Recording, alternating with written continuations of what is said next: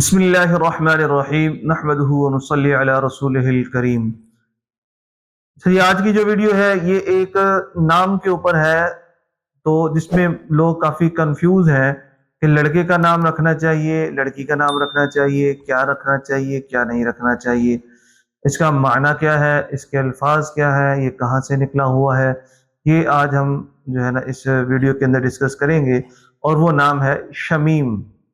شمیم یہ نام ہے، تو اس کے حروف اصلی جو ہے نا وہ شین اور میم ہے، شمع سے یہ نکلا ہوا ہے، جس کا مطلب ہوتا ہے سونگنا، سونگنا۔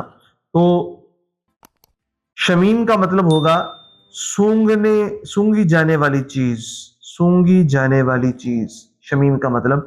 جس طرح نذیر ہے، اسی طریقے سے قدیر ہے اور رحیم ہے، تو یہ رحم سے نکلا ہوا ہے رحیم، اور اس طریقے سے قدیر قدر سے نکلا ہوا ہے، عزیز عزہ، عزہ سے نکلا ہوا ہے عزت سے۔ اس جگہ شمیم یہ شمع سے نکلا ہوا ہے، تو یہ شمع اس کا ماضی بنتا ہے، تو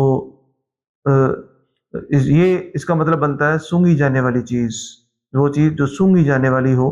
تو یہ نام رکھنا جائز ہے، یہ سونگنے والا بھی کہہ سکتے ہیں، سونگی جانے والی چیز بھی کہہ سکتے ہیں، تو یہ نام رکھنا درست ہے۔ لیکن یہاں پر کنفیوژن یہاں پر ہوتی ہے کہ اگر لڑکا ہے تو اس کا نام شمیم ہوگا، اور اگر لڑکی ہے تو اس کا نام شمیمہ ہوگا، شمیمہ۔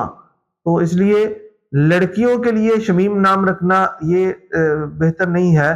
اس کی جگہ پر اگر آپ نے شمیم نام رکھنا ہے تو شمیمہ نام لڑکیوں کا رکھیں اور لڑکے کا نام شمیم رکھیں۔ تو یہ طریقہ کار ہے شمیم لفظ کو ادا کرنے کا اور رکھنے کا۔ تو ایک دفعہ پھر کہہ دوں، یہ اس کے جو حروف ہیں شین میم یہ میم، اس کے حروف اصلی شمع ہے اور شین میم میم، لیکن اس کے جب بنتا ہے، لکھا جاتا ہے، پڑھا جاتا ہے، جس کا معنی میں نے ابھی بتایا ہے وہ شمیم، یہ صفت کا صیغہ ہے، لہذا یہ لڑکے کے لیے ہو تو شمیم، لڑکی کے لیے ہو تو شمیمہ، معنی اس کا سونگی جانے والی چیز ہے۔ امید ہے کہ آپ کو آج کی ویڈیو پسند آئی ہوگی۔ اگلی ویڈیو تک کے لیے ہمیں اجازت دیں، تب تک کے لیے السلام علیکم ورحمۃ اللہ وبرکاتہ۔